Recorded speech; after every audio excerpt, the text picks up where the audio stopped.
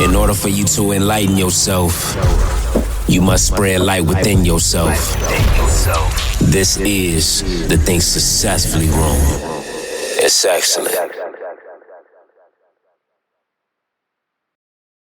Man, welcome back to another episode of the Think Successfully room. This is a platform where we focus on building mindsets, we building character, bringing value to both you and your people, and aligning your body with your intelligence. I'm your host, QB So Effing Amazing. Tiff, we got a pretty interesting conversation today. So Elon Musk XAI supercomputer in South Memphis. I'm interested. I'm very excited for this conversation. So the first question is when you dug into the clips and the articles about this AI supercomputer, what was the main concerns with Elon Musk supercomputers out in South Memphis? So he's built this facility to house his supercomputer called Colossus, right? And so the biggest thing was that it's causing potential health concerns to an already disenfranchised population. So this facility is built next to a town called, look, I got my notes today now, called Boxtown in South Memphis. And so what I found, because I watched clips, I was reading articles, and the Time wrote an article about this too. The median household income in this area is $37,000. So it's a low income community, for sure. Very, very low income. And so, again, to have this area, to have this land, to have this facility vacated and nothing be there, they thought, meaning the mayor of Memphis, thought that this would be a good idea. But what was happening is that they're using temporary turbine engines or something that's it's giving off this dangerous gas, which again is polluting the air and potentially polluting the water source there too. So people are in an uproar, and rightfully so, because although this project would bring $15 to $20 million to South Memphis, look at the health ramifications, and is that money worth the lives, sacrificing your people, right? So it's the 15 to 20 million in revenue to this area, but also 300 jobs.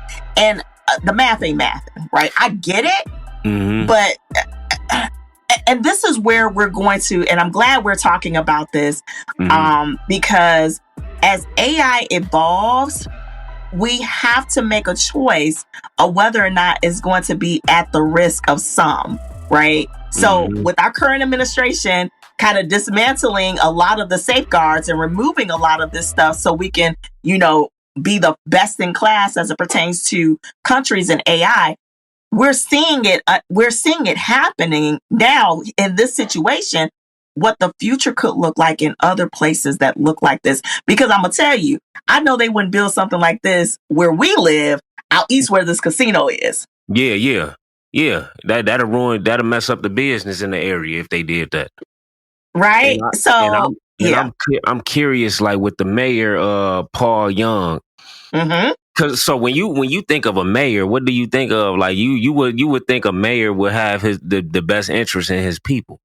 You know what I'm saying? So I had a theory, and it's just a theory, that he was paid to allow this to. I feel like he could have stepped in and kind of tried to prevent that, because from what I heard, like the turbines that they're running, I think they're running anywhere from 15 to 35 or 37 turbines or something like that. They didn't even have permits to be able to run those turbines. That's the crazy part. And when we talk about the different pollutants that's coming from these turbines, from I got nitrogen oxide. I have what's the other one? Formaldehyde. Formaldehyde. Formaldehyde is the other one, and that's the pollutant that can cause cancer, with nitrogen oxide being responsible for the asthma and the respiratory diseases. So the fact that they did not have the permits to be able to run these turbines and still running them and causing even more harm to the community, I immediately, in my mind, I'm like, okay, we gotta look at Elon Musk for what he is. He's a businessman. Not only is he an AI advocate, but he's a businessman. And considering the fact that he built this facility in such a short amount of time, he's one of those guys that's, look, I want to see my vision come to life. I don't care who I'm harming or who live I'm killing. I want to see this happen, and that's what I took from that. It was very inconsiderate for the people out in South Memphis, and I'm praying for them. Well, I think too, here's the fact of they didn't ask the right questions either. So now they've submitted permits for the turbines, right? So that should be approved next month, right? I believe the mayor, so to your point, he has a job to protect the people. And it's from a financial standpoint and also from a health standpoint, right? You want to make sure that your area is it's revenue generating. Like, you have a way to take care of those that maybe can't take care of themselves. And so when he was saying how they're going to, like, this 15 to 20 million is in property taxes, so this can be reinvested in that neighborhood to do certain things, to upgrade housing and all this other stuff. One thing he did say, and I'll make all this tie together in a minute. He says that because I watched a news interview with him, and he said that the lady asked, do you think if this was anyone other than Elon Musk, would you be getting this pushback? And he said, I think it's a part of it. He said, but I separated the project from the person, right? I saw this as an opportunity to build up an area in my area of responsibility, or in my, jurisdiction, whatever you want to call it. And I looked at it as a way to help the people in my community. Now, where he didn't do so is you didn't ask the proper questions. Like, what's the harm? Right. Yeah. What I understand, you want to utilize this vacant facility in this place. But here are the good things. What are the not so good things? What are the health ramifications? Like, understanding all of that. And this is a lesson for every other city that's thinking about allowing this to happen in their city. You have to ask the proper questions and be prepared that if you're going to go forward with this, like, how are we going to take care of these people that are going to be impacted? Do we invite them to the conversation and let them know? Right. I was going to say that. An afterthought? Yeah. So, and I was going to say that, what I'm saying, like, what he should did is I'm not sure exactly how a mayor would go about that, but you should have set up some type of event or something, I don't know, that allowed the people to speak. City council to allow the people to speak how they feel, because everybody is not an AI advocate or see the benefits of AI. Some people, like, especially in low income areas, a lot of times you're gonna run into people with health problems, in those type of environments.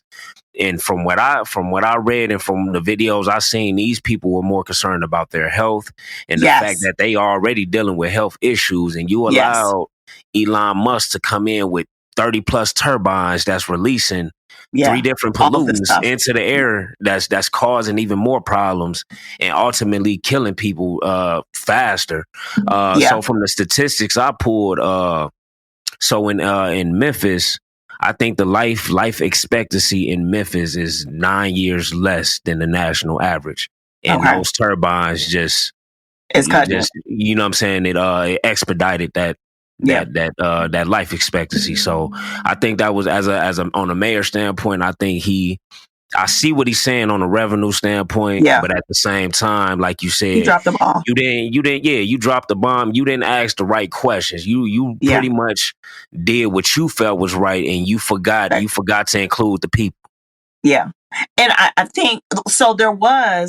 I did see a a video. They did have a city council meeting, and I think it was after the fact, right? Yeah. It was after them understanding that all of the health ramifications of this particular all these turbine engines, because again, when the University of Tennessee ran an analysis on the air quality, they saw that it was a significant difference in the amount of nitrogen oxide that's in the air, right?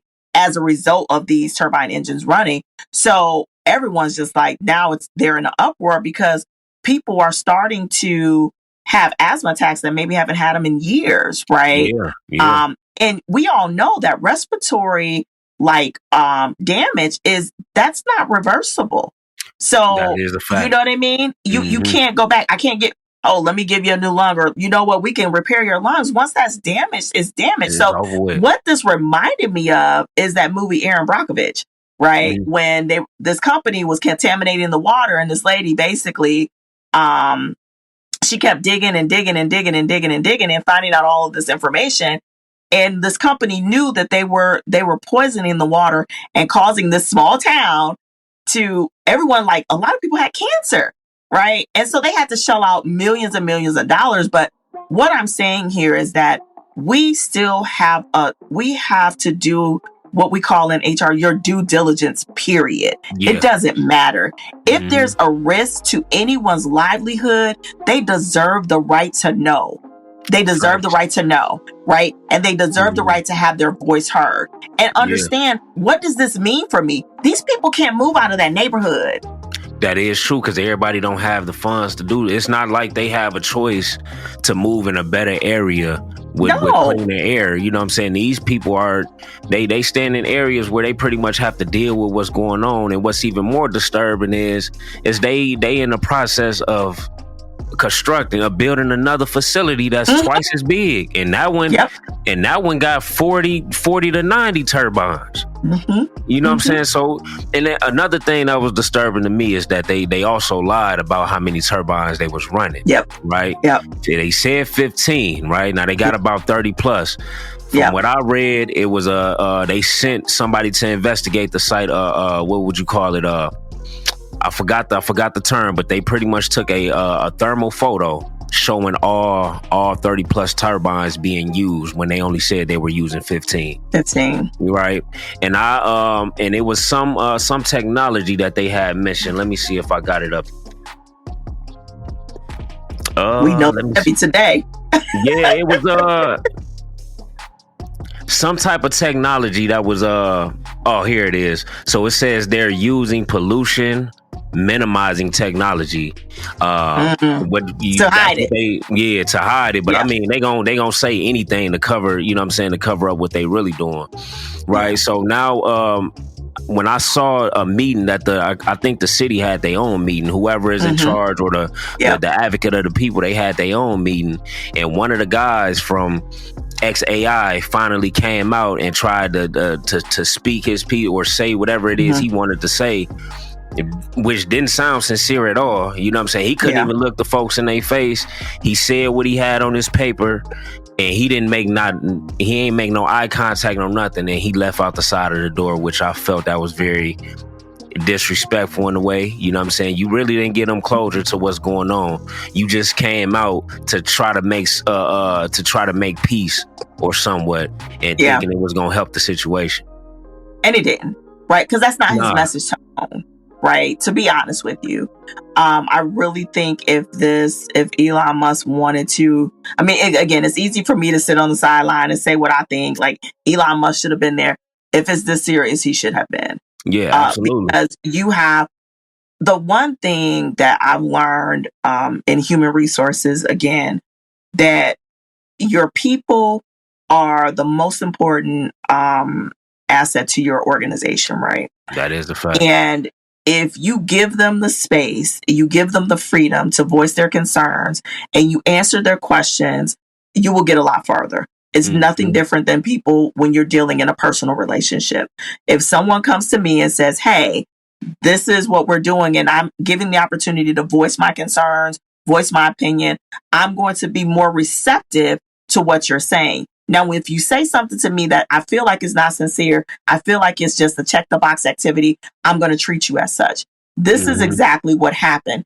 These folks, their children, if anyone's pregnant in this area, their children that they're carrying will be born with conditions based on what's happening. This deserves the attention and the sincerity and authenticity to say, you know what, I'm going to come here. I'm going to talk to you guys. This is what we're planning to do. There needs to be a health conversation. Yeah. Period. Because it may not show up today, right now, any health issues, but it's going to show up later on. And then it's going to be, well, it's been running since, yes, you're right. It's been running since 2024, 2023. It's been in existence, but nobody said, hey, you know what? We're going to set X amount of money aside because we know that what we're doing is going to impact this town. Like, that would be the right thing to do. You know that it's going to. All of the information, I mean, there's been independent studies. So what are we talking about here? Yeah. What are we saying? That and I'm just going to say what the life of someone that's Black or brown doesn't matter much. It's worth 15 to 20 million and 300 jobs for someone to live with these ramifications. I want to ask you something. So these jobs that they promise, how often do you think they sincere about that? I think that yes.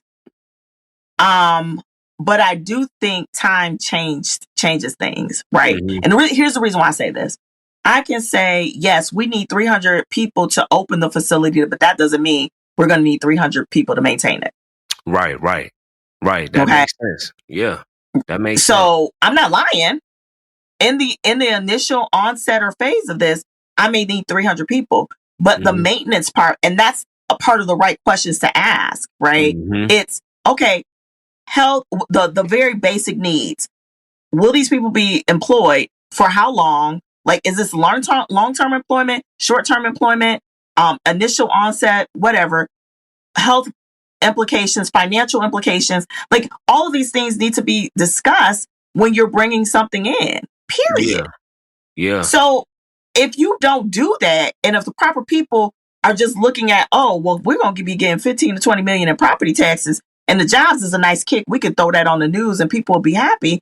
It's like, let me think. It's something else to that, right? Yeah. What am I giving up? You never get that much and you're not giving up something. I don't care who you are.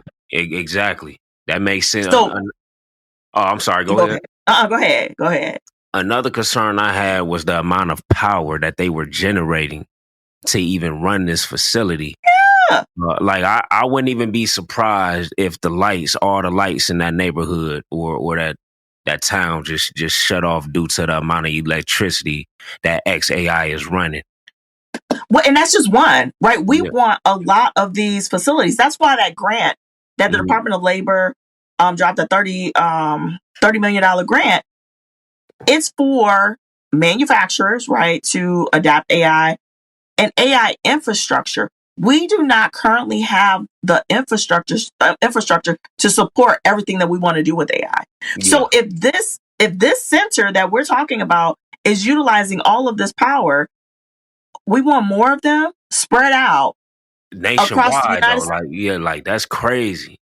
So look at the implication it's going to have on people's life expectancy and healthcare costs. Now, if you're putting these in places like Boxtown, where they already don't have adequate coverage, right? We're cutting people's life expectancy. Yeah. And the laws that were in place to kind of safeguard us are gone. Anything that inhibits the adoption of AI has virtually been removed. Now, again, I'm an AI advocate, right? I know. But when it comes to this, I'm not going to say that this technology is worth a human life. I'm just not going to say that. This side of the line right here, I ain't going to lie to you. Like, I fuck with it. I like AI, but this right here is out of pocket. Yeah. And so it's like, do we make the decision as a people to say, this isn't okay? Like, this is the part that gets me. And this is why I sent it to you. Because when I saw it, I'm like, well, first of all, let me make sure it's accurate. Because, with everything going on, like, is this real? Like, I can't believe this. Yeah. Like, I really could in my heart of hearts, because it's like, this isn't right. Like, I deal with asthma. And so reading this article, it's like, this young girl in her 20s, while we're sitting here praising that Elon Musk has an awesome and amazing AI platform, this lady's saying, you know what? I haven't had an asthma attack in 15 years, and I felt like my chest was caving in and I couldn't breathe. I know what that feels like.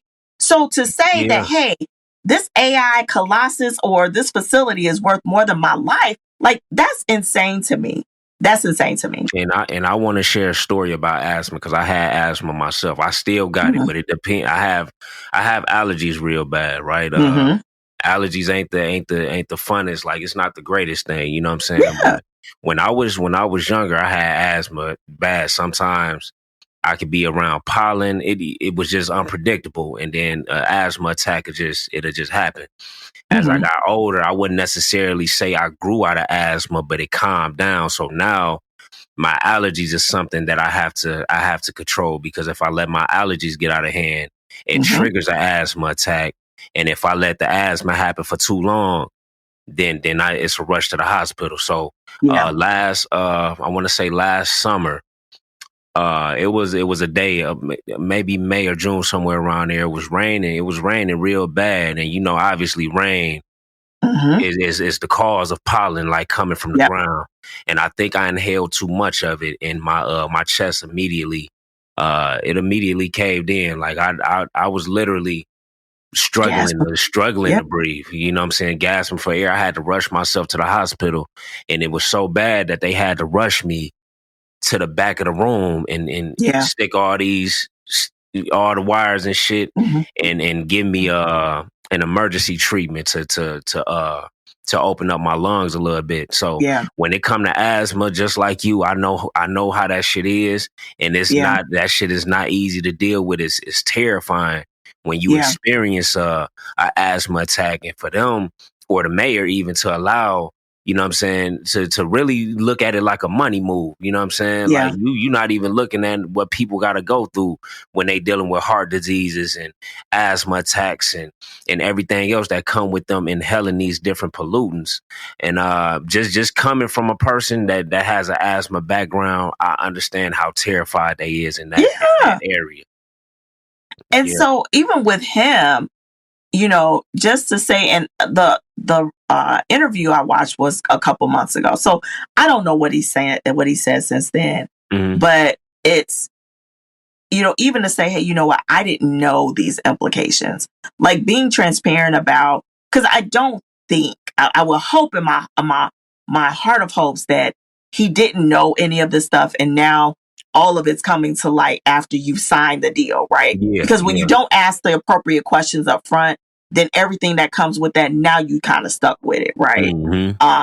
Especially, again, with the current administration just kind of picking apart different things and saying, hey, we're in a race and we're gonna get it by any means necessary. But just being transparent with his people, which I hope he has, to say, hey, you know what, I didn't understand the ramifications. Now, here is what we're going to do as a result of all of this stuff coming forward, right?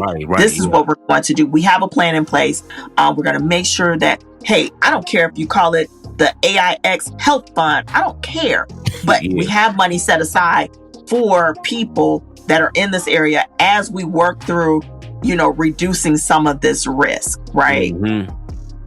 Because some of that money could be used for that. That is true, but you know what I'm saying, in the fact that he just said reduce some, like, if he did say that reduce some of it, it's kind of like, damn, man, these people is gonna be damaged. It's just it's very unfortunate, and I feel for that's why I think I spent so much time reading on it and trying to get an understanding, is because like you and I, we didn't have asthma. We didn't, you know what I'm saying, got asthma. We experienced that. So that's why I'm like, man, that is very unfortunate, especially the older people, you know what I'm saying? Because I got a grandmother on a lot of medication, you know what I'm saying, for a lot of Medicaid for a lot of different reasons. So I would be devastated if she stayed in the area and I had no control of that. You know what I'm saying? Yeah. All because like how I took that was just a move for the wealthy to become even more wealthy, and the poor just stuck in a situation as always, and they have no choice but to deal with it. Well, and it's an eye-opening event to what's ahead. And if us as humans will say, hey, the advancement of technology is worth more than a human life. Exactly. That's the part. That's the key. Yeah. And that's partly why I wanted us to discuss it. Because I can talk to you about all the tools. I can talk to you about where I predict AI is going, how I see it happening. But this is where, I draw the line, because my asthma came from me being in the military. I was in Iraq twice, right? So I went, and the first time I went, it was during all the burning of gas and burn pits and all this other stuff. So my asthma came from something like that. So I'm imagining myself, like, these people are literally, and I know people are gonna say, that's such an extreme example. They're in a war zone. You're inhaling three different pollutants at that. You know what I mean? Yeah. And so to say now I have this condition that ain't even my fault, nothing of my own, is because we as humans wanted to advance so fast that just because of where I live, now I'm being susceptible to all of this stuff that will forever change my life. And I have no say so. And people can say, well, they can move out. Give them some money to move out then. Yeah, put them up somewhere else. Right? Because we already know why this area was selected. Again, it's low income, disenfranchised people that have no say so, or we think they have no say so. Right. Where these other facilities start to pop up, we need to be mindful and look at that. Right? Mm-hmm. Who are they going to impact? And I'm not trying to be that guy, but arguably these lower income areas is predominantly black folks. You know what I'm saying? Yeah. That's what's even more like disturbing about it. It's like, I'm not going to say there's no Caucasians that stay in these areas, but let's be honest, man. When it come to low income areas, it's predominantly black people, and in me being black. Yeah, I would feel some type of way about that, because it's like, out of all places, man, why the hell would you put a facility right there and then plan on building another one? You know what I'm saying? Making the air just as worse than what it already is. A couple miles away. We're not talking about in another area. We're talking about a couple miles away from this one. So, this whole little situation, Elon Musk, ex-AI supercomputer, and I still need to do further research on exactly what was the goal. Like, I guess what was his premise? What was his goal with this supercomputer? I need to do further research. Well, he wanted to build a supercomputer. Like, he wants to be known in the AI space, right? And so he wants to be alive to see his dream come to fruition. Right. So to build a supercomputer, to be the first doing it, to have his own, AI platform, be competitive, because he's in competition with OpenAI, right? We've seen this play out. Right. Yeah. So if I can't join you, I'm gonna beat you. Right. So now I'm gonna build this facility. I'm flexing in a different way, but bruh, the way, and it's not only going to be him though, right? We're talking about this because it's him, and he already has a negative connotation to his name. But there are other investors that are looking at building more facilities like this, and so it's the same messaging. Unless you find a different way to power your facility, but how are you going to power it? And city officials, y'all need to be asking the right questions. How is this going to impact the health of my people? And then be honest and say, you know what? I just traded your health, your family's health for the advancement of technology.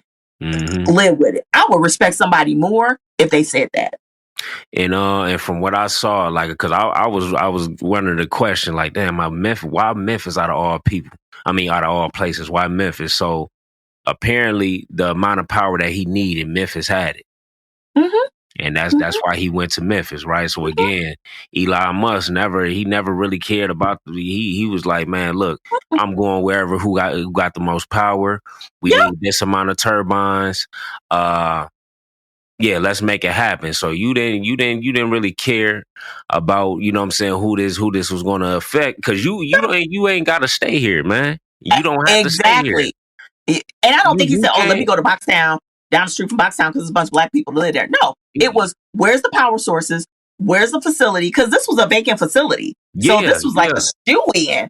And y'all poor or y'all need some money? Okay, 15 to 20 million in property taxes, here y'all go. Right. Yeah. Like the